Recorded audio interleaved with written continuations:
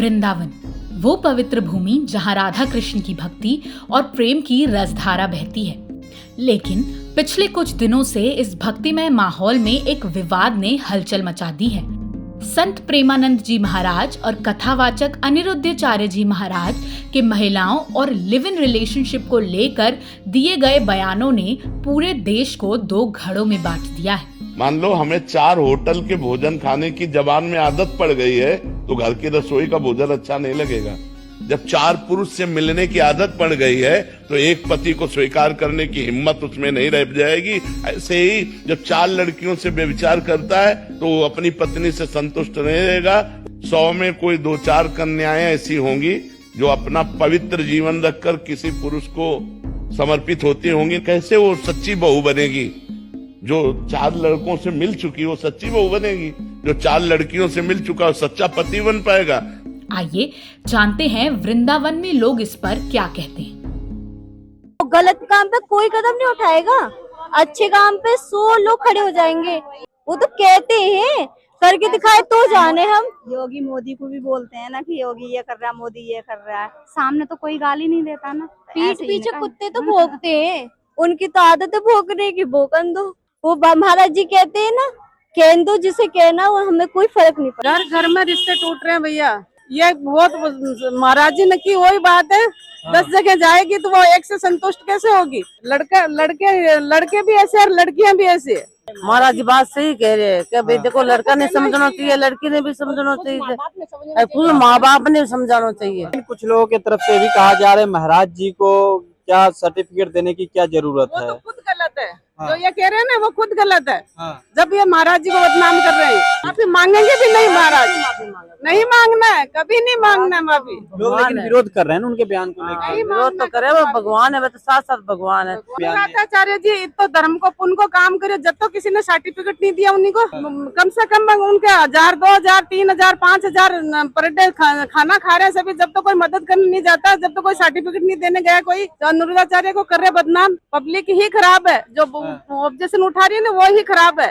जान से मारने की भी धमकी दिया गया है। जान से वो खुद मर जाएंगे, जो बदनाम कर रहे हैं वो खुद ही मर जाएंगे। जो क्या है उन्होंने बहुत सच कहा है, गलत क्या कहा है उन्होंने? हमारे भविष्य के लिए क्या है, हमारे आगे बच्चों के लिए कहा है। हर इंसान अपने आप को सोचता है कि मैं मॉडल चीजें लूं, हर चीज होनी चाहिए, मेरे पास गाड़ी भी होनी चाहिए, हवाई जहाज पे भी जाऊं। हम अपने मॉडल बच्चों को भी तो समझाना चाहिए, नहीं समझाना चाहिए? महाराज जी ने तो समझाया है। महाराज जी के पास क्या है? महाराज जी के पास हमारा सबका प्यार है। इनको कौन मार सकता है? इन्होंने दुनिया को रास्ता दिखाया है, ये दुनिया को आगे रास्ता दिखा रहे हैं। इन्होंने क्या गलत कहा है? इन्होंने तो यही कहा है ना कि भाई लोगों के साथ मिलजोल बना के रखो, एक पत्नी होनी चाहिए, एक पति होना चाहिए। ये कोई गलत तो नहीं कहा किसी ने? इतनी भीड़ क्यों लगी हुई है?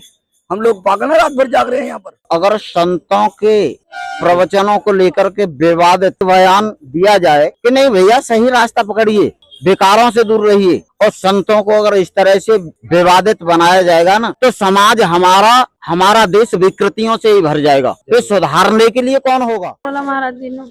ठीक बोला है। हाँ बिल्कुल ठीक बोला। जो जैसा है वो वैसा सोचता है। कुछ महिलाएं हैं जो गुस्से में है। हाँ तो वो वैसी महिलाएं हैं जो गुस्से में हैं। इसमें गुस्सा वाली कोई बात नहीं। उन्होंने क्लियर किसी को ऐसा नहीं कहा, कुछ ऐसी हैं उन्होंने ऐसा बोला, सबको नहीं बोला उन्होंने। हाँ।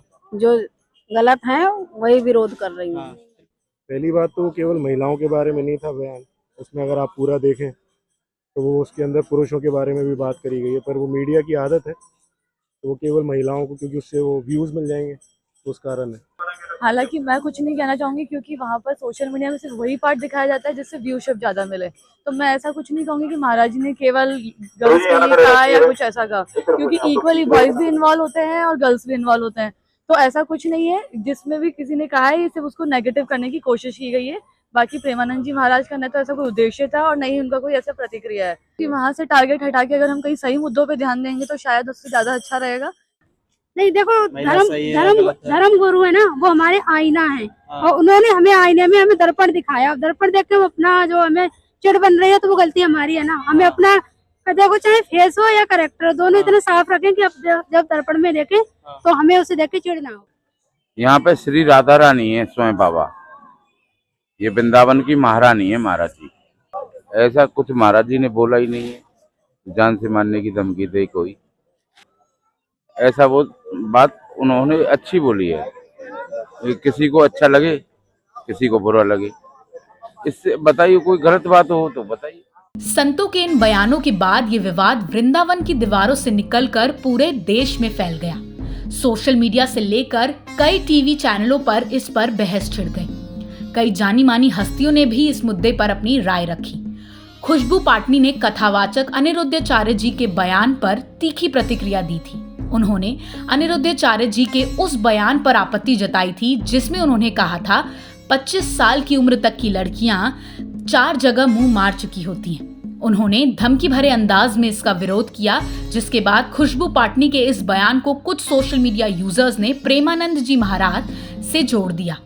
इसके बाद उन्हें बड़े पैमाने पर ट्रोलिंग का सामना करना पड़ा।